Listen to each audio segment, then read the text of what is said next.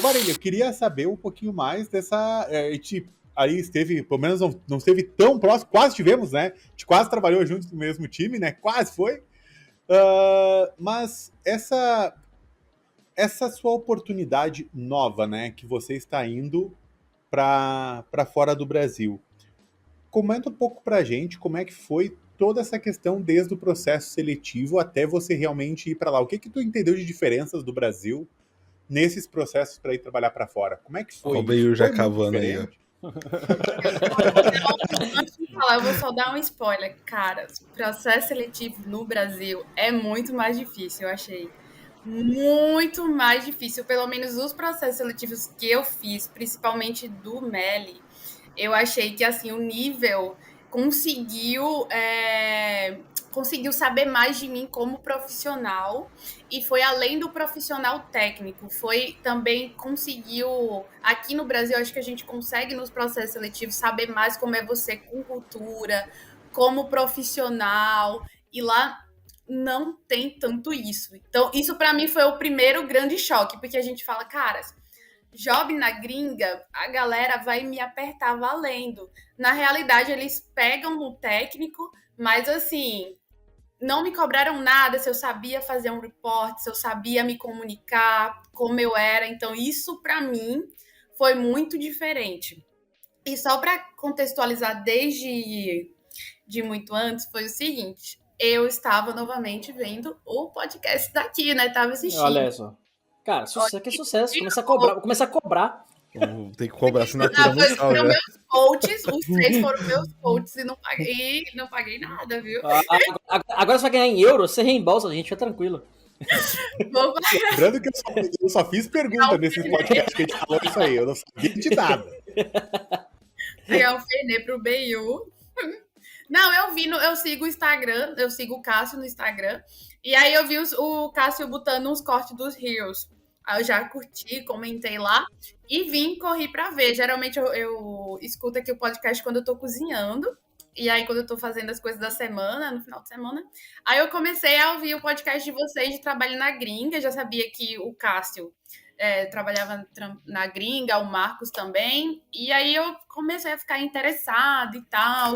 Tinha umas coisas que eu achei muito interessante, que eles falaram sobre a parte de cultura, como é diferente você conviver. E eu já estava interessada e comecei a ficar mais lá. No podcast, o Marcos e o Cássio, eles deram várias dicas, até anotei aqui no meu caderninho, trouxe ele. E depois eu peguei e fui anotando as dicas. Só que aí eu pensei o seguinte, caras, para aplicar essas dicas no meu LinkedIn vai ser muito difícil, porque todo mundo que eu tenho do meu LinkedIn é só brasileiro. Então o algoritmo ele vai jogar contra mim. Eu posso postar uma coisa em inglês, mas ele vai sempre ir para brasileiros, porque eu só tenho brasileiro. Então daqui que ele chegue em uma pessoa gringa, é muito difícil para que eu seja recrutada.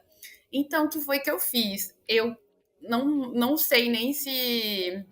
Enfim, foi uma coisa que eu fiz, tá? Foi bem, bem pessoal.